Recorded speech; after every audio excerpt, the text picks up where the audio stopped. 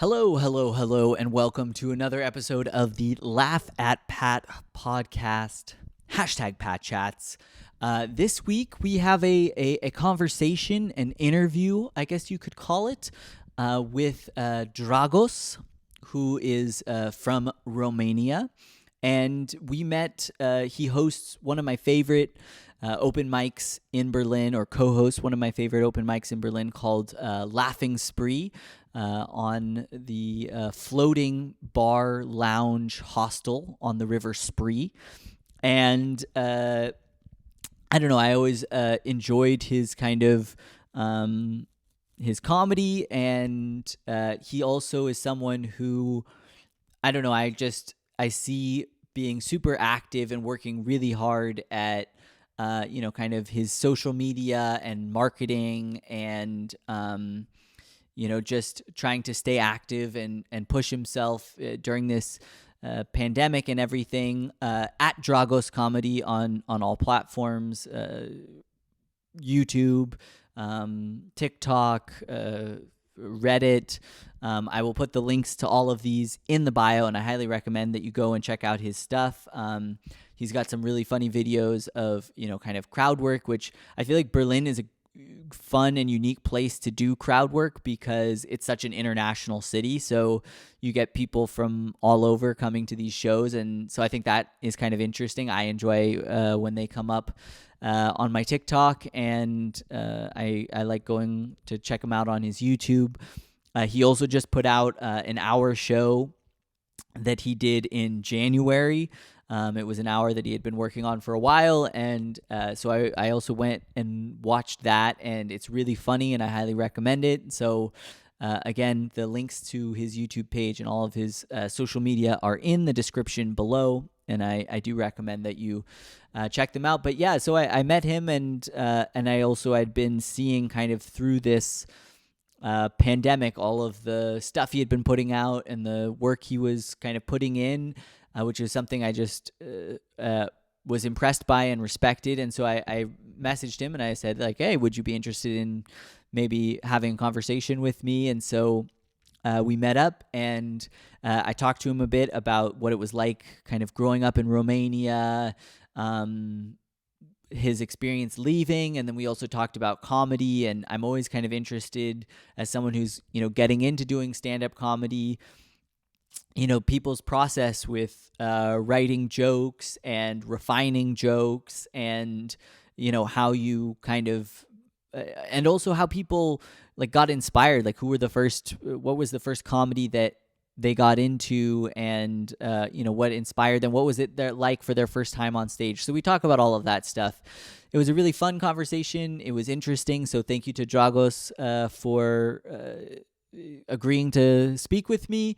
And without further ado, let's get into this conversation. Enjoy.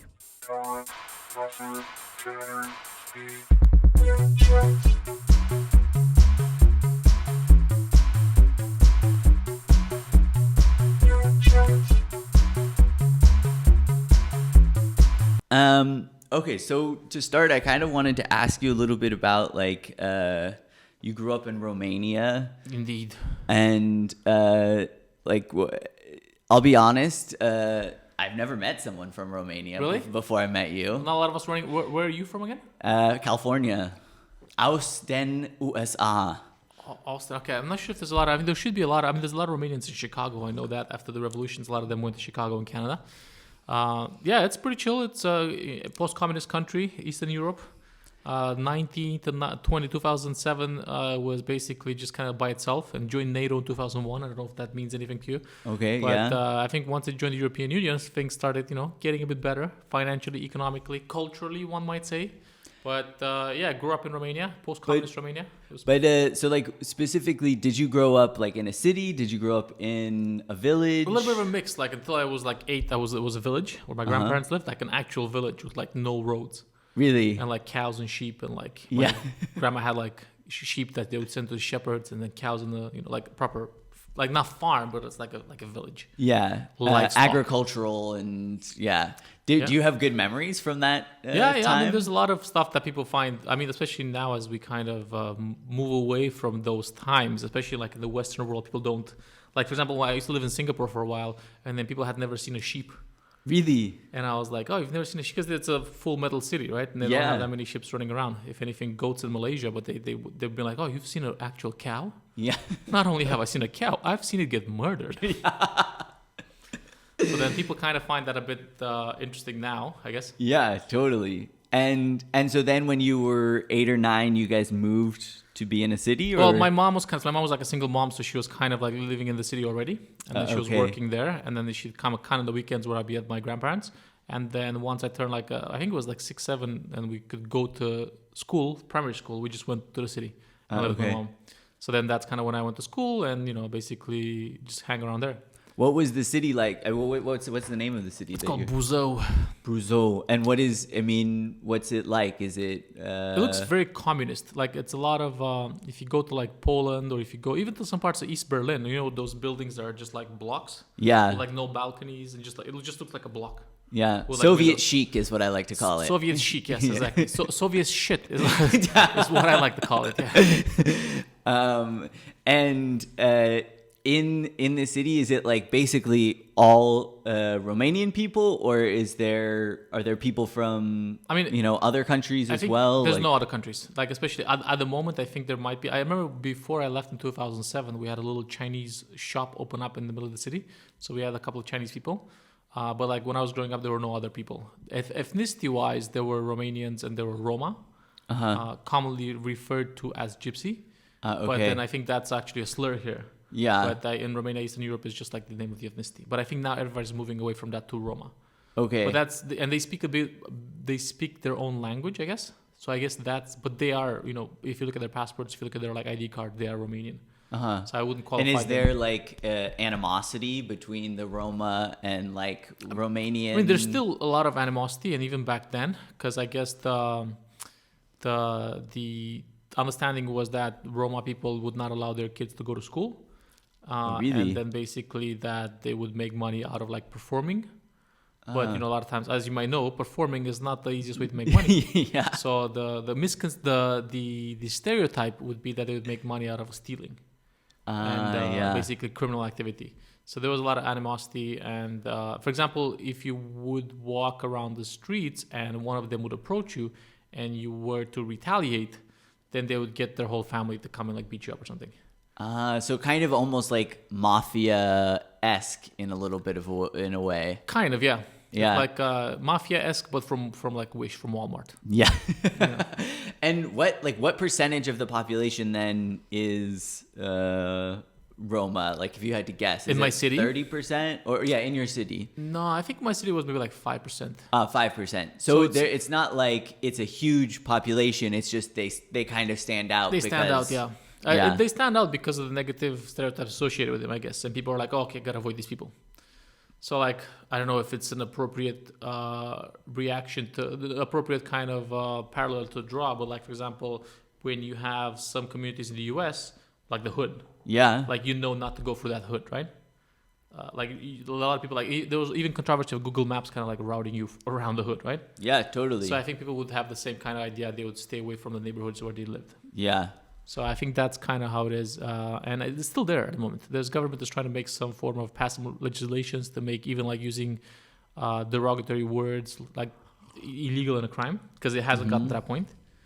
Like, let's say there are words that would be the equivalent of the N-word for the Roma community. Okay. That there is no sanction if you use it. And what? There's no hate crime. Yeah, yeah. But I think they're passing laws just to kind of, wash away the... Romania on the up and up.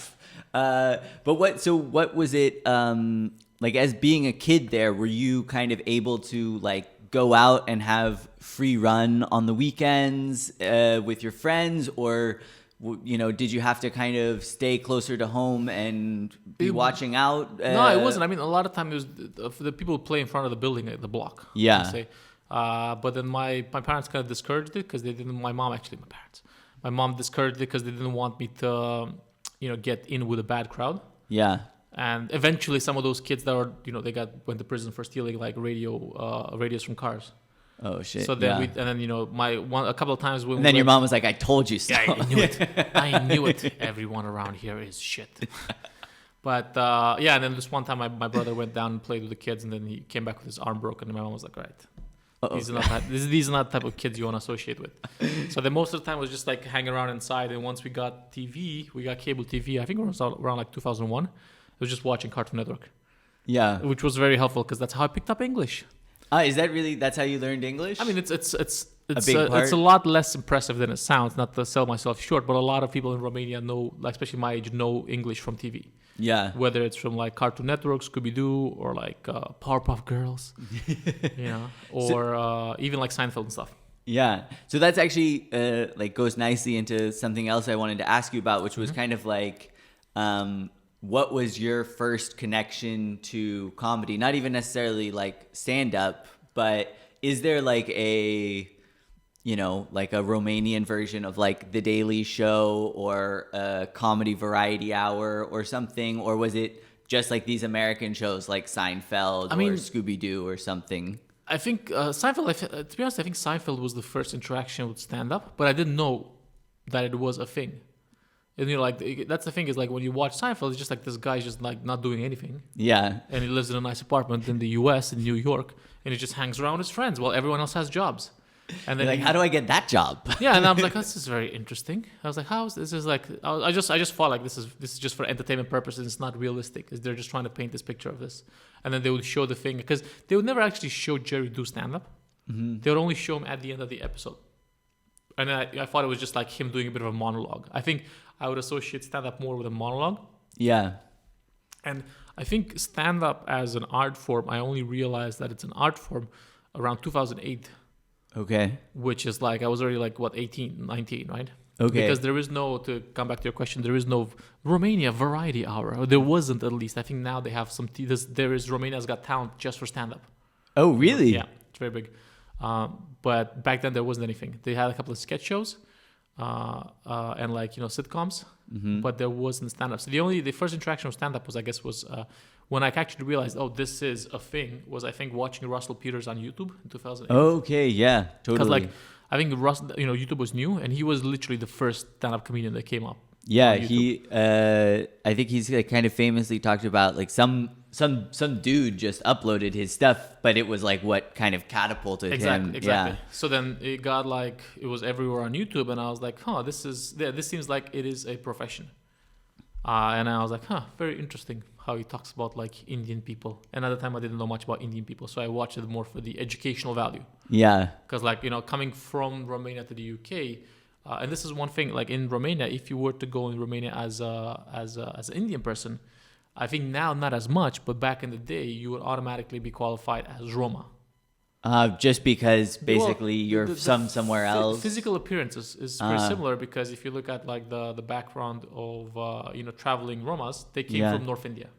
Okay. So they look very similar. So, but obviously now we know that's very different. Yeah. But you were in when you were 18 in 2008, were you still in Romania or you were in the UK at that point? Yeah. And did you how did that happen? When did you go to the UK? I mean, I went to the UK in 2018. I had applied for university a year earlier. I got in, and then basically we were like, all right, let's go to the UK. And so, sorry, not to interrupt, but like you kind of mentioned that your mom was like, oh, everybody here is shit. Was your mom like, oh yeah, like get out of Romania kind of a thing? Or was she sad to have you leave? It's actually a bit of a longer story because like there was, 2017 going to the UK was not in the books. And then my dad kind of came back after like a couple of years of absence. And he was like, oh, you speak English very well. Why don't you apply to university in the UK? And he was like, is your dad Romanian? Yes. Or okay? And he's like, but we live in different cities and weren't very close. And he was like, look, if you get into one of these universities, if you're as smart as your mom says, then I'll pay for the university. Oh. So that was kind of like, I didn't know that I could go to the UK. So let's see. I just applied for a couple of them and I got into all of them. Ah, cool. So then, like, that's how I ended up going to the UK. It's a bit of a do ex machina kind of situation. And is your dad like pretty stoked about how you're putting your degree to use, or? I guess It's a bit of a weird. He hasn't been particularly vocal about it, because I think I think he realizes that it's a bit difficult to kind of be upset about it when I think he kind of looked paying for the degree as kind of like compensation for not being there for like childhood. Okay. So he's like, this is your So he basically it's just like reparations of some. I think he kind of it's mutually understood that it is a form of reparations. Never has it been discussed though. Yeah. But it is understood that there's not a lot of there's not a lot of claim towards like enforcing the initial contract terms, if I were to use my degree in this context. So you get into university in the UK and you decide to go. Were you like excited? Were you nervous? Like, what was your mom's reaction? I mean, obviously, like I have two moms, and so like my moms have two moms. My parents have always been supportive of what I do, but like they're still moms. Like I think there's always a little bit of a like, I mean, you're gonna live over in Berlin now, okay? There was a lot of that as well, but like there was also the understanding that this was better. Yeah, like, I think a lot of people in Romania and Eastern Europe, they just have this broken spirit, and it is a very well understood concept that if you get the chance to go away, you should, and you should never come back. So that was kind of like my mom's idea. I was like, no, this is the only way out. Yeah, and you should definitely take it. Don't worry about anything. Just go. Okay. Just like go and don't worry about anything else. So obviously, I'm sure inside she was like brokenhearted. But then it's like you realize that this is, everyone wants a better life for their kids. Yeah. They're like, this is the only path I see for you having a better life. Otherwise, you have to stay in Romania. And then it's like a lot of self-hate against Romania. Yeah, yeah. And so then what was the experience like when you got to the UK? Like, was there a level of culture shock? I think, there was a massive culture shock because you get to see like... people just not. I feel like as a Romanian, even as a child or as a teenager, you have the worries of an adult because it's just overflowing out of everyone around you. Because it's part of the culture how you deal with like just the misfortune at the time was just by constantly complaining. So all those complaints, all the problems of the adults, you become aware of from a very young age. So all the problems with the adults kind of like they overflow into like children. So I think everyone's kind of forced to become mature much younger. And I think one of the biggest culture shocks, of course, infrastructure. There was infrastructure. Roads were working, double-decker buses. But it seemed like a lot of the students were just having fun, which was a bit of, without being stressed by anything, which is a bit of a foreign concept. I was like, you guys are just chilling. Yeah. Fuck. And then they were just so excited. Everybody was so excited to drink because like you're not allowed to drink in the UK till you're 18. Okay, but in Romania, it's not very. It's legally you're not allowed to drink till you're 18, but it's not enforced at all. Okay. So we were drinking since like 12. Just like skip school to go drinking, and it's like everybody's. It's like by that point you've been drinking for like 4 years. Yeah, like socially, you're already kind of like burnt out a little bit. Exactly. Yeah. So you know your limits. You know when you're gonna throw up. You're more of a responsible drinker. I think growing up in Eastern Europe, become more of a responsible drinker when it comes to like social drinking. And you have a higher tolerance, right? Totally. But then like kids in the UK, they drink like 3 beers and they vomit all over the place. It's like it's like what the fuck's happening here? I mean, I can say for myself in the States with like the 21-year-old drinking age, when I got to college at 18. I went a bit wild for a couple of years, and when I look back, it's very cringe. It's like, oh God, like you really did not hold it together well. Yeah. So basically it's like me in that environment where I'm kind of like, let's say maturity. You're like the adult in the room, kind of. Exactly. I'm the adult in the room with an Eastern European accent. Hello, don't drink so much. You're not going to be okay. Because I still had a pretty thick accent at the time. So it's kind of, and everybody's like, what the fuck is this guy saying? Yeah. So you said something earlier that I thought was interesting about like how everybody in Romania deals with the problems by kind of like complaining, which I think is interesting because I think like that's also like a kind of like a huge part of like comedy. Like, I mean, if you think about like Seinfeld or Curb Your Enthusiasm or what, so many comedians, it's like finding these things that you are harping on and kind of also dealing with some pain by making fun of it and complaining. Do you feel like that planted some comedic seeds for you, or? I think definitely it was a factor that the fact that everyone was complaining, you're like, fuck, I'm getting tired of complaining. Let's forget about the complaints kind of idea and just kind of like distract. It was more of to distract people from the constant negativity. Yeah. Because it's not like, oh my God, look what's happening. The government. It's more like a bitter complaining. Yeah. It's like, there's no way we can make it because everyone's cheating, everyone's corrupt, you have to pay, you have to bribe, and there's no point in anything. It's like this defeatist attitude. That was, so then in that situation, you're like, can we just talk about like, murdering cows or something? Yeah. Like, remember that one time when you murdered a cow? That was funny. Yeah. Blood gushing. So yeah, it gets like a bit darker because it's like, yeah. It's like, I guess the only way to kind of get, now that I think about it, the only way to kind of get people to stop thinking about those negative things is through shock. So I think a lot of times I would say like a lot of shocking things, just to kind of stop, like get people to jolt out of their complaining negativistic type of attitude. So totally. yeah, definitely some of the elements are there. Yeah, and so do you feel like that? Because I mean, you kind of from just like my experience, like seeing you perform and stuff, you do kind of like to throw in those like darker jokes, or maybe say something that's a little bit more shocking, which is kind of my favorite type of humor. Right. But like, has that kind of caused you problems along your? I mean, the only problems that I've had has been complaints from animal lovers. Hey man, you shouldn't be talking about murdering animals so casually. Which is, but this is my childhood. Yeah. You're like, if you saw it, this is how you would deal with it. When I was 6, I was stabbing animals to death. Yeah. I was, but like, people. That's the only complaint that I've have, and maybe people like, especially this part of the world, people don't get that offended that easily.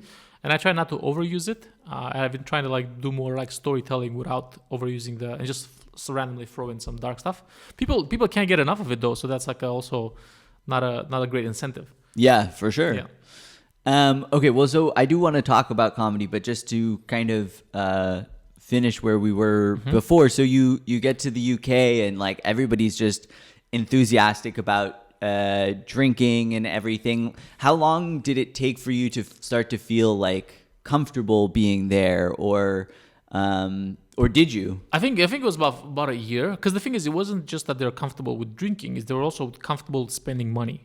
Yeah. Which I guess when you are, there's an evident scarcity. You don't have the same you don't have the same financial capability as them, and then they're like taking loans to party. They're like, the whole culture is like, what the fuck? How are you guys so casual about spending £1,000 in the first 2 weeks here? Yeah. Just on partying. I was like, I had £1,000 to last me 3 months. Yeah. Do you know what I mean? And then they were like blowing it up in like 2 weeks. So it's like, what the fuck is happening? How is this possible? So it was difficult to kind of relate and then there was no. Did that make it hard to like connect and make friends, or? I mean, basically, it pushed me to make friends with people in a similar situation as me. So like other foreign international students. So I had very few British friends while I was in the UK, and most of them were like staff at university that were my friends. Yeah. And the circle of friends that I had were like basically other international students. Romanians, Bulgarians, Polish people, Indians, people from Malaysia, other nationalities which had similar pressures or kind of like restrictions. Because if you're coming from like, let's say, all the way from Malaysia or all the way from like Peru to the UK to study, you have some pressure. Yeah. And also I feel like that's a difference, is that, I mean, this is how it is in American universities as well, but like that, for a lot of people, probably myself included, it's like you're not really totally going to school to study. You're just kind of going to school because it's like the thing that you do. It's the next like step in your life. But yeah, to your point, if you have come from Peru or wherever, it's like, fucking better make use of this. Exactly. There's always like the pressure of like, oh, this is a unique opportunity and I should not waste it. Yeah. That was kind of the mentality. I was like, I should not, like, I have a responsibility to do well because I'm one of the few people that made it here. And especially at that time, I was one of 30 Romanian students at that university. The next years, like hundreds came, but that's not the point. Yeah. But in that point, in the first year, I was like, oh, I'm one of 30 Romanian students at this whole university that has like 10,000 students. So I was like, okay, I like, you realize like how you're the 1% basically. Yeah. And I'm the 1% by like random chance, because I randomly had like my dad come out of nowhere and offer me to pay for the university, which is like, again, when does this happen, right? Yeah. So there was like a lot of self-inflicted stress. Self-inflicted stress. Which I feel like then leads naturally well into like, so when when you're in the UK, you kind of discover Russell Peters. Like what's the path that leads you to your first time deciding to like seek out an open mic? Or I think that's 8 years after that. 8 years. Okay, so it was a long journey. It was a long journey because it wasn't like something. I mean, you're aware of it, but it's not something that you think you can do, right? So then it was still very 4 years university. Then I decided not to do law, so I decided to kind of move to Japan. I was traveling around Southeast Asia to kind of shorten the story. And then I ended up in Japan. I worked in Japan for like 3 years doing recruitment for a recruitment company in English. Is that what you kind of studied for? No, not at all. It's kind of it's not completely excluding my studies because I was doing recruitment for the legal sector. Okay. So then the fact that I studied law kind of qualified me to be around legal professionals to help them change jobs. Was that a hard decision to kind of not? I mean, you talk about this pressure of like, oh, I'm the 1%. And then at the end of that to say like, okay, maybe I'm not going to. It wasn't a hard decision because I hated it from the first day. Yeah. Because it wasn't my, it's kind of like, it wasn't necessarily my decision to do law. It's like, I want to study languages or something else. But then my dad was like, if I'm paying for this, you're studying law.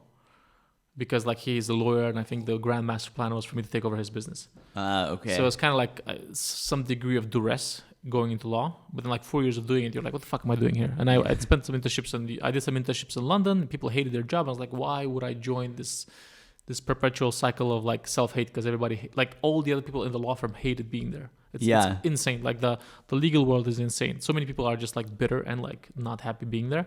So I was like, why would I choose this as a path going forward? So then I just traveled around because I figured I had a bit of a FOMO. All the British kids are like traveling around doing like 1 year. It's like, I have some money saved up now. Why don't I do a bit of traveling as well? Invest in my self-development. Kind of the eat, pray, love section of your life. Exactly. So why don't I take a bit of time to just like, detox mentally and spiritually detox. So then that's how I ended up in Japan, and then basically ended up finding a job there through like, some luck.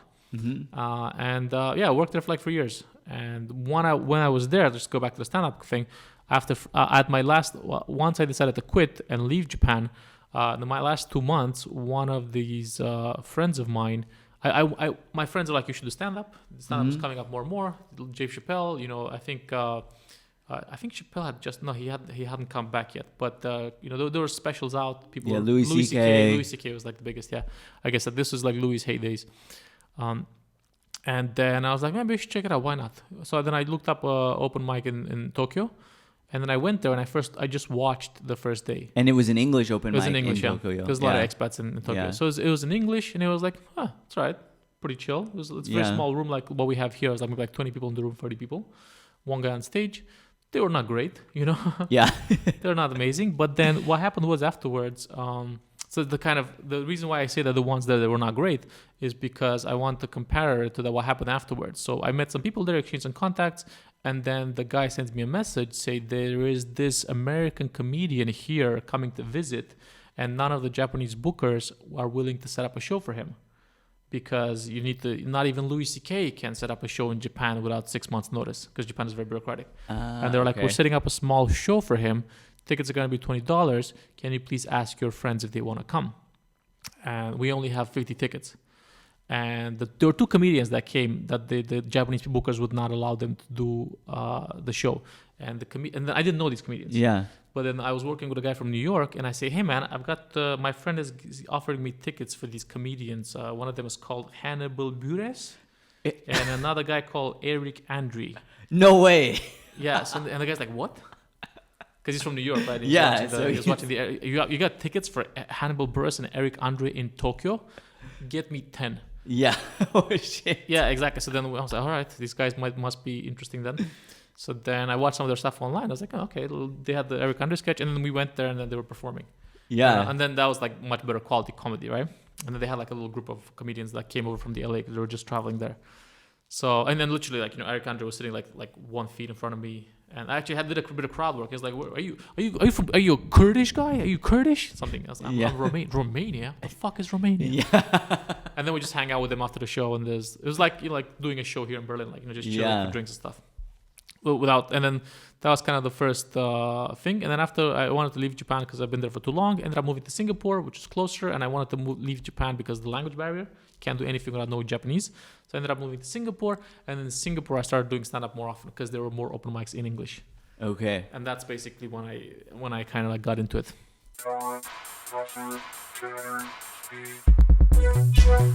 So you see like Eric Andre and Hannibal Buress, and then you move to Singapore and you start getting more into this comedy. You know, leading up to that, who were the people that you were like comedians that you were watching that was kind of like inspiring you? I think I was watching a lot of Louis C.K. at the time. What else was there on? He was prolific at that time. Like because it was like a special every year, and it was exactly. It was so good. He was like he was dominating the whole space. Like literally one special every year. So there's a lot of his stuff going around. I think it was Louis C.K. I don't know if Chris Rock hadn't returned at that time. Dave Chappelle, I think, had just come back as well. Yeah. And he had did you ever watch like Jim Gaffigan? Or he was one of my favorites. I mean, he still is, but I did. I mean, I was not that aware of Gaffigan. I knew of him because I've just watched clips on the internet, but he wasn't the front of the mind. And then I think it was Louis C.K. Jesselnick. I remember watching. Oh yeah. There were a lot of people hating on Amy Schumer. Yeah. Around that time because I think Amy Schumer was big. Yeah. And I remember like just watching some of the stuff and just reading the comment section was more entertaining. Yeah. Because like everybody was like there was so much like hate on the comment section. I'm trying to think who else was kind of big around that time. I hadn't gotten into Tom Segura or like Joe Rogan or all these other guys. Yeah. But I think mostly Louis C.K., Jesselnick, a couple of guys from like the roast. Maybe I was watching some old Chris Rock stuff. Oh yeah, for sure. Maybe some Fluffy. Yeah. Some Iglesias. Yeah. Some of the more Trevor Noah as well. Some of the more international ones. Yeah. Okay. Yeah. And so then, what was your? Do you have a memory of like your first? Because your first time was in Japan, then, or was it in Singapore? Singapore. In Singapore. Yeah. So do you have like what was that experience? I mean, it was like in an Irish bar in the attic. We had like maybe 12 people in the audience. There was like 20 comedians in the back. Mm-hmm. So it's just like people just going out. Everybody, guys, we fucking have to rap. It was like 30 minutes for everybody, right? Yeah. So then I was just doing like 3 minutes. You could do just a couple of like persona setup jokes. So and that's the time when I came up with like the jokes. I was trying how the fuck can I explain Romania to Singaporeans, right? So then the initial form of the joke was like Romania is kind of like the Malaysia of Europe. Okay. Yeah. And then because Malaysians kind of look, Singaporeans somewhat look down on Malaysians, people automatically understood the analogy. Yeah. And then it killed the room. Yeah. Because they were like, lol. Yeah. We get what you're talking about. We all have a country that we look down upon. Yeah, exactly. Yeah. And then just have to switch it for different areas of the world. Then there were a lot of French expats in the audience. Not a lot, but like, free. Yeah. And then basically I did some European jokes about like, I'm so happy to be in Singapore because in Singapore, as a Romanian, I get to have something I never had back in Europe. And that's white privilege. And then French people will crack up because then obviously French people, they look down on Romanians. Yeah. So then those kind of worked. And I was like, oh, this is fun that I can do this. And then I got off and like, very cool. So then did a couple of those jokes and then just continued doing more and more. At that point, was it like you had the bug and you just were like... just trying to do trying to go right away? Or was it a stop and start thing? No, it was just right away. And then I was just doing as many mics as possible. And then we had like the biggest night at that time was Comedy Masala, which was like this, weekly comedy night. And they would basically charge like 35 euros for ticket, 35 Singaporean dollars. It's not that much in Singapore. Okay. Because everything's more expensive. And then they would bring comedians from the US over, from San Francisco, not San Francisco, from New York. So they'd bring guys like basically like second tier, third tier, but passed at the Comedy Cellar. Yeah. Kind of comedians. So guys like Joe Mackey. I don't know if that rings a name. I'm not sure. Like Will Savans, Zainab Johansson, Alonzo Bowden. I think would be I know. I think Alonzo Bowden would be one of the bigger names that they would bring over. And then they would do shows. So then these guys would be doing a Southeast Asia tour or whatever, and then there'd be one stop in Singapore. Yeah. And so then these guys would come and then you'd be able to, and then if you were a comedian, they'll allow you to watch the show for free. Oh, cool. So it's a great policy. Yeah. And then basically they would always try to get someone locally to open. So then after a couple of times, one of the comedians there recommended me to open. Thanks a lot, Deepak. Yeah. And then basically I ended up... Shout out to Deepak. Exactly. And then I ended up opening for some of the comedians that were coming over. Cool. So I think was that like a thrilling experience to get to be in front of like kind of a, not like, I don't know, I don't want to classify one audience as not real and one as real, but to be in front of a room that's like really it's more full. It's a difference. It was a very clear difference. Yeah. It was like you're doing 11 people at the McCarthy's in the Irish pub at the top, and the Masala was like 150 people. Yeah. Like full of people. And then most of them were expats as well, because like I think the expats are the ones more willing to pay that much for, and they have the culture of the Australians. So then obviously whenever you do like more like the European oriented jokes or like stuff that's a bit more rowdy, they'll love it. Yeah. So yeah, it's great. Like you go into front, you know, like you're like maybe 6 months into the game, and then you go in front of this from 150 people, and your first 3 minutes are like, you know, relative doing well. You're like, what the fuck? Do this. Yeah. Oh my god. So it's like, wow, like it like gives you that confidence boost. I was like, yeah, is this it? Is this my life now? That like kind of high that you get when you can get in front of like a bigger audience and like something works. It's crazy. Yeah, it's crazy. It's like, what the fuck? And you spoke of like Jim Gaffigan before. I don't know if you know, but I did open for Jim Gaffigan on his European tour. Oh, like cool. In 2019. And I think the biggest room that we did was in Riga, Latvia, and it was like 900 people. Wow. So you kill in front of 900 people. It's like, what the fuck? Yeah. Because you can't see anything because of the lights, and it's just like sound. Yeah. Like, what? I you know, obviously, I don't know. I've like the biggest show that I ever did was just at Cosmic, which it was like the day before New Year's. So I think it was like a shit ton of people for Cosmic's. When was this, last year? Or? Last year. Okay. Not 2019, 2020. Yeah, exactly. Okay, gotcha. Right before the world went to shit. Nice. But there was, it was like 50 or 60 people, and like that was to me like a huge thrill and a huge kind of difference. But my question was, in a bigger room like that, do you feel like it's did you feel like it was like easier to get the laugh? Yeah, it's way easier. Yeah, because you have it's a domino effect. You get one person to laugh, the other people laugh, and it's much easier. Yeah, the bigger rooms are always easier. You just have to kind of make sure you keep up with you don't crack under the pressure. Yeah, but it's much easier to make a bigger room laugh than a smaller one. And what was were you like nervous and like freaking out before going? I mean, I was going over my lines aggressively. Yeah. I was like repeating it. I was running I was doing like which I never do. Like I was repeating the whole kind of like, because I was doing 15 minutes. I was doing the whole thing in front of a mirror like several times. Yeah. Yeah, like I was super nervous, and then after I did it the first time, the second time it got much better. But yeah, you should see the spree on a full night. It's like 120 people. Really? When it's no COVID, yeah, it's fucking insane, and it's like they're all in front of you. It's like see people. Oh shit. Yeah, I do. I really like that room. I mean, obviously, I've only seen it in COVID times. But, yeah. Let me see. I know I have some more. I think we have about like 15 more minutes. Yeah. So the other thing I wanted to ask you about was kind of your like creative process. I'm always kind of interested to hear people's different like strategies and stuff. Do you have like a set way that you try to do stuff, or do you kind of just write stuff down when inspiration hits? I got a system now. Like a lot of my and if you have time to go back and listen to my own podcast, the Library Energy podcast, I talk. The link is in the bio. But basically, I have a system. I try to write about 120 ideas for jokes a month. Okay. Just ideas, just premises.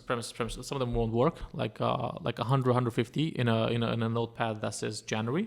Yeah. And then I move on to February and try to write 150 every month. And then like at the end of the month, I try to see what is actually good out of there, and put them in another folder, which is like the main one. It was like my 1 hour folder. Yeah. Or like my good stuff folder. So then that's what I do. So I populate one file with like premises for like 120, and I try to get at least 120 every month. And then at the end of the month, I figure out, okay, if I get 5 out of 6 out of 120 that are good, gold.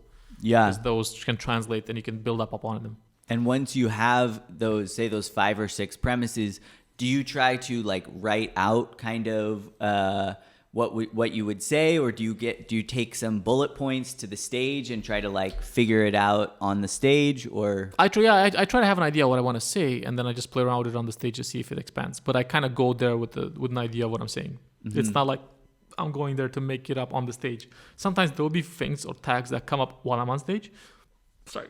but I'm going there with what I know, what I want to say.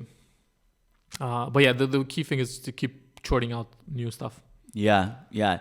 And what about I'm also interested, like this was something I'm much newer to it, I think, than you know? And so for me, like, okay, you start to have a few jokes that you're like, okay, these seem to work, right? You know?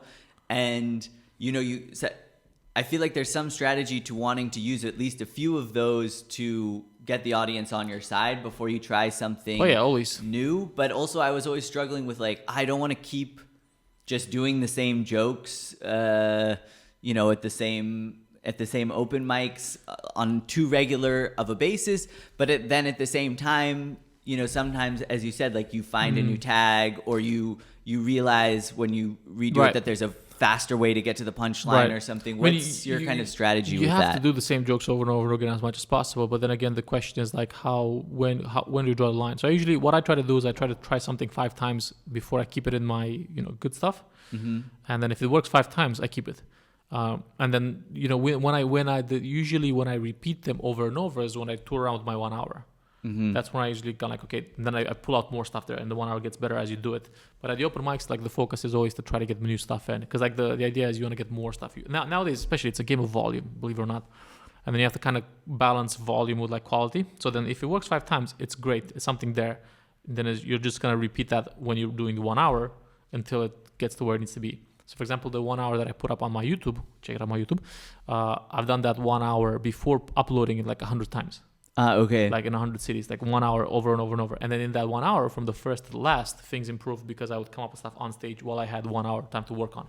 But that's the problem, is you don't have that much stage time to work with all the time. Especially like in New York, you might be able to get up like 3-4 times a night, but here you can get up like 5 times a week, right? Yeah. So you have to work within the limits of the stuff that you have. So I usually I try something like 5 times, and like, this has worked, put it there. But then I'll still come back to when the room is like really hard, I'll come back to some old stuff just to get them taken. And I was going to ask also, like with the premises and stuff, sometimes I feel like I have a premise where I'm like, I know that there's something funny here, but I haven't been able to figure it out. And I was just wondering, like, do you ever have it? Is there ever sometimes a premise that you feel like this is funny, but I can't figure it out, so I'm going to like kind of throw it away? All the time, yeah, you know, not throw it away, just keep it there and come back to it, like keep it in the folder. And I usually, the way that when I put let's say the January folder, the January file, I have like, let's say a joke, and then basically every time it works, I put a plus next to it. And then once it gets 5 pluses, I move it to the main file. So then I usually I don't delete anything. I just go back and I go over it and see, oh, this one has a 1 plus. Let's see if it works again. And like if I something else that might have another take on it, because if you leave it for 3 months, you come back with a new idea, you might be able to get something out of it. And so you're also writing on the computer. You don't write. No, I don't write anything on hand because I'm too worried about losing the stuff. Yeah. If I have it on computer, I know it's going to be there.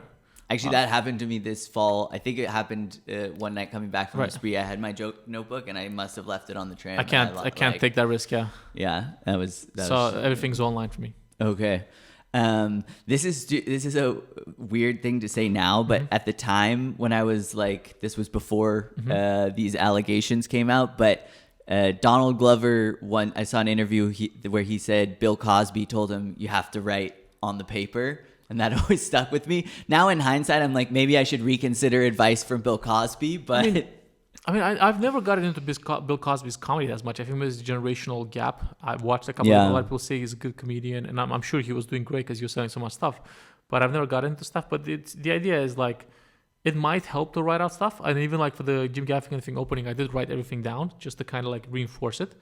But for me, it's not that important. Yeah, I guess. I don't make a habit of writing stuff down. Joe Rogan also says to write everything down. And I guess everybody has their own system. And whatever works. But I do don't want to lose it. Oh yeah, sorry, go ahead. And I don't want to carry a note all over the place. Yeah. No, I was just going to say, I think that like having it on the computer adds like a level of organization, like what you're talking about with this like monthly file. That makes sense. So the other thing I wanted to ask you about, like, because I watched the hour that you just put out, and also like you generally on all of your social platforms, you like put out a lot of content and stuff. But like with the hour, I was wondering, is there any feeling of like, oh, I want to like hold this back to perform in the future, or was that something that you were thinking about with publishing that? I mean, I was thinking about it, but the thing is that hour was filmed in January 2020, and it took me like a year to let go of it. Yeah. Because I was thinking maybe I'll do it again. Maybe I'll keep some of the stuff. I want to keep it to film it in a higher quality. I want to get like a proper camera crew. Maybe spend a bit of money. But then I figured like it's at the moment I'm just wasting time, and it's an investment. Yeah. It'll get me more people. Get me more. People are gonna watch it. They're not gonna watch it if you get to the point where you have an interest in watching it, it's probably because you've seen some of the other stuff. And I figured that I could get people to kind of like show them little teaser trailers on Reddit, Facebook, whatever, and they'd be like, oh, is there more of this guy? And then they'll come to that, and then it wouldn't matter if the quality is that bad. And I figured like there's no chance for me to film this again in the next year. Yeah. So the next year is going to be another wasted year in terms of like putting that hour to work. Yeah. So the idea was like, I'm happy to let go of it, and they'll force me to write new stuff. And also in this 1 year, this hour is going to work to build my audience. Yeah, for sure. Especially at a time now where you can't be, Because I figured like if somebody sees it, they might reshare it, they might redo something with it. And it's slowly getting like 200, 300 views a week. Yeah. It's at 3,500 now. Check it out, see how much it is at when you're watching this. Yeah, 3,560 after this podcast. Exactly. so the question is like, I was thinking, I was kind of holding on to it, and I wanted to make it even better. But we're living in a volume world, especially with TikTok stuff. It's about putting out as much volume as you can, while also keeping a decent level of quality, which is why I was surprised to see that. Look. Honestly, my crowd work, when I look at it, I don't find it that impressive. But then again, it's because I'm looking at it from the view of like a learned comedian that have studied other comedians, I have a broader frame of comparison.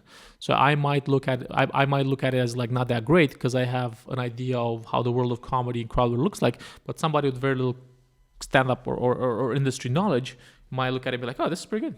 Yeah. Yeah. And it's going to take them a while to figure out it's not. So, but that was another thing that I wanted to ask you as we're going to I know we need to wrap up here, but with the crowd work, I'm like, so is part of the point of doing the crowd work, it's like that you're hosting, or is it also the idea also that it's like there's some moments that's easy to capture for social media where you're not burning a joke that you're working on? Because like honestly also for me as a beginner the crowd still like intimidates me, like it's too at least with my jokes it's like I know I have kind of control of the situation. If I start bringing them into it, then I'm worried. So when did you kind of start taking that step to do more of that? And I started doing more crowd work basically at the end of this last year. Most of the crowd work that I see online is pandemic crowd work. Yeah. And I started doing more of that because I saw Andrew Schulz put it online. Yeah. Fair and simple. And I was like, oh, this is... And that's the thing is, at that point, I had watched enough comedians to see Andrew Schulz's... Not to shit on Andrew Schulz or anything, to watch his crowd work and know that I have seen better crowd work live. Yeah. Whether it was Tyrone doing it, whether it was Ori, or even some of my shows, I was like, okay, this is good, but it's not amazing. And if this stuff that is like in my frame of comparison not amazing is getting so much traction, then I'm sure that my stuff will do as well. And it's a great way not to burn material. Yeah. So then I figured, why don't I just do it? Then I did it, and it worked out great. Were there any hiccups as you were kind of starting off? I also had the advantage of running so many shows in Berlin. Yeah. And having the opportunity to kind of like try out and practice so much more than any other person, right? Because like during the summer, like I think me and Chris on the Propaganda were running like almost half the shows that are happening each week, right? Yeah. So then obviously we were doing 2 shows a night, and then each show is almost about 40 minutes of crowd work that we would do. So then it's a lot of, you work through the hiccups. Yeah. It's reps. And the more you rep, the easier it gets. And then, the stuff September onwards got really good. And then almost every other interaction was like something gold. And it's kind of like you internalize what needs to be, or like direction that you need to kind of direct it in to get good stuff. Yeah. Well, okay. So the last question I wanted to ask you was, with your kind of comedy journey, I know you're still like on the path, but is there anything that you wish you could go back and, tell yourself 3 years ago, 1 year ago, 5 years ago, as far as advice? I guess film more. Yeah, film everything. Like I think that's especially in this time now, like because you can basically close enough is good enough. Yeah. Like especially with like the online world, even if it's not great to you, people have a different frame of comparison. So I would definitely advise myself to film more stuff because like, there were so many like good crowd work moments that went unfilmed, and that would have helped like boost my profile much faster. Yeah, I guess get on TikTok faster would have been a better idea if I would have gotten like let's say on TikTok last like 2019 September. I think I would have had like more million views now because there was a higher rate of consumption. Yeah. And it was easier to get stuff viral.